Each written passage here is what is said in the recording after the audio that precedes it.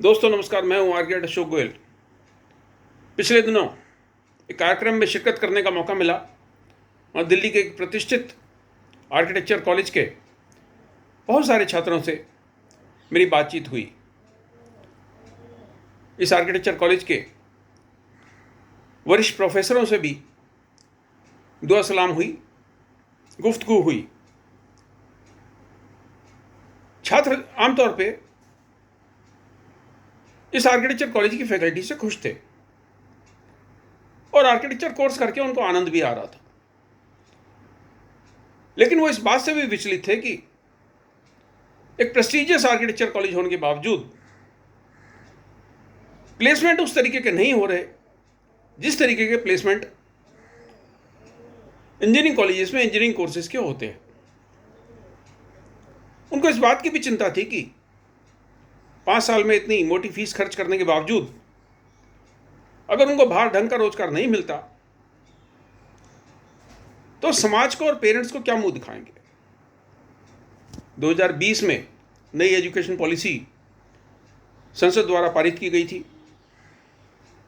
उसके बाद ऐसी चर्चा हुई कि काउंसिल ऑफ आर्किटेक्चर भी नया सिलेबस बना रही है और ये बात चर्चा में थी कि जुलाई 2024 से नया सिलेबस लागू हो जाएगा। मेरी कई आर्किटेक्चर कॉलेज के वरिष्ठ प्रोफेसरों से बातचीत होती रहती है। मैंने सबसे पूछा है, क्या आपके पास नया सिलेबस आ गया? उन्होंने कहा, हमें इस प्रकार की कोई जानकारी नहीं है। नई एजुकेशन पॉलिसी को पारित हुए 4 साल हो गए। इसमें जो मुख्यतः बात थी वो ये थी कि समाज के जो ऐसे छात्र छात्राएं पीछे छूट गए हैं भाषा के कारण, उपलब्ध संसाधनों के कारण, उनको मुख्य धारा में लाया जाए। और सबसे महत्वपूर्ण बात इसमें ये कही गई थी कि मातृभाषा में पढ़ाई की जाए, पढ़ाई कराई जाए। मेडिकल की काफ़ी सारी किताबों का ट्रांसलेशन भी हुआ है हिंदी में। आर्किटेक्चर की किताबों के ट्रांसलेशन के बारे में मुझे अभी तक कहीं से कोई जानकारी नहीं मिली है। मैंने और मेरे परिवार ने अवश्य हिंदी में आर्किटेक्चर की, वास्तुकला की, नगर नियोजन की किताबें जरूर लिखी हैं।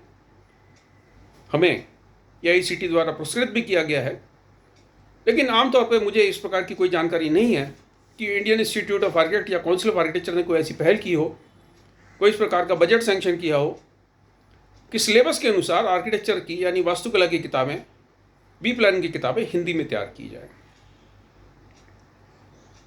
4 साल बीत गए नई एजुकेशन पॉलिसी को संसद द्वारा पास किए हुए, लेकिन हमारे आर्किटेक्चर प्रोफेशन में मेरे को कोई सुगबुगाहट भी सुनाई नहीं देती कि नई एजुकेशन पॉलिसी को कब लागू किया जाएगा।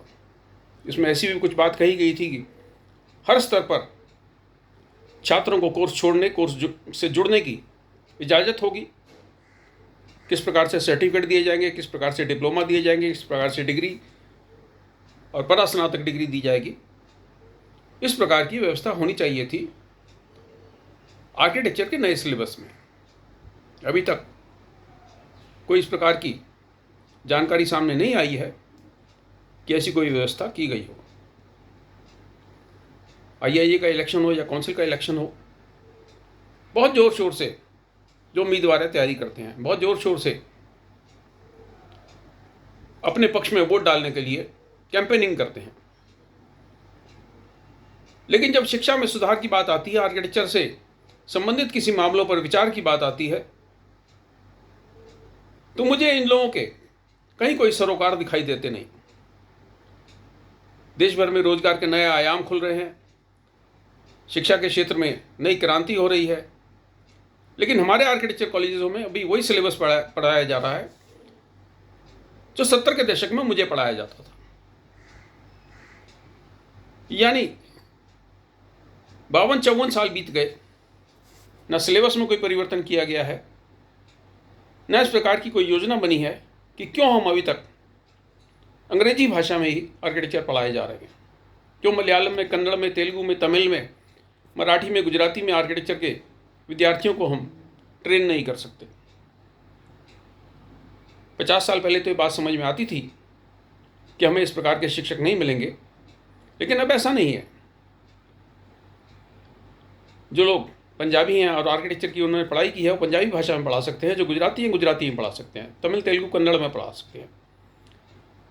और इस प्रकार के लोग जो सिर्फ अंग्रेजी और अपनी मातृभाषा जानते हैं, वो अंग्रेजी अपनी मातृभाषा में पढ़ा सकते हैं। ये बात कई बार बड़े कुतर्क दिए जाते हैं कि अगर महाराष्ट्र का व्यक्ति केरला में जाके पढ़ाएगा तो उसकी मराठी लोगों को कैसे समझ आएगी। कोई आवश्यकता नहीं है कि आप मराठी वाले व्यक्ति से कहें कि आप मलयालम में पढ़ाएं, तो अंग्रेजी में पढ़ा सकता है, और मलयालम में पढ़ाने वाले व्यक्ति उसको, उस संस्थान को केरला में भी मिल सकते हैं। नई शिक्षा नीति के प्रति आर्किटेक्चर फ्रेटर्निटी का ये रवैया अपने आप में चिंतित करता है। सरकारें हमारी कुछ भी काम कर लें, लेकिन जिस रेगुलेटरी बॉडी को, जिस मॉनिटरिंग बॉडी को काम करना है, अगर उसमें नई एजुकेशन नीति के प्रति उत्साह नहीं होगा तो सारे काम अधूरे रह जाएंगे। आपकी क्या राय है, बताइए जरूर।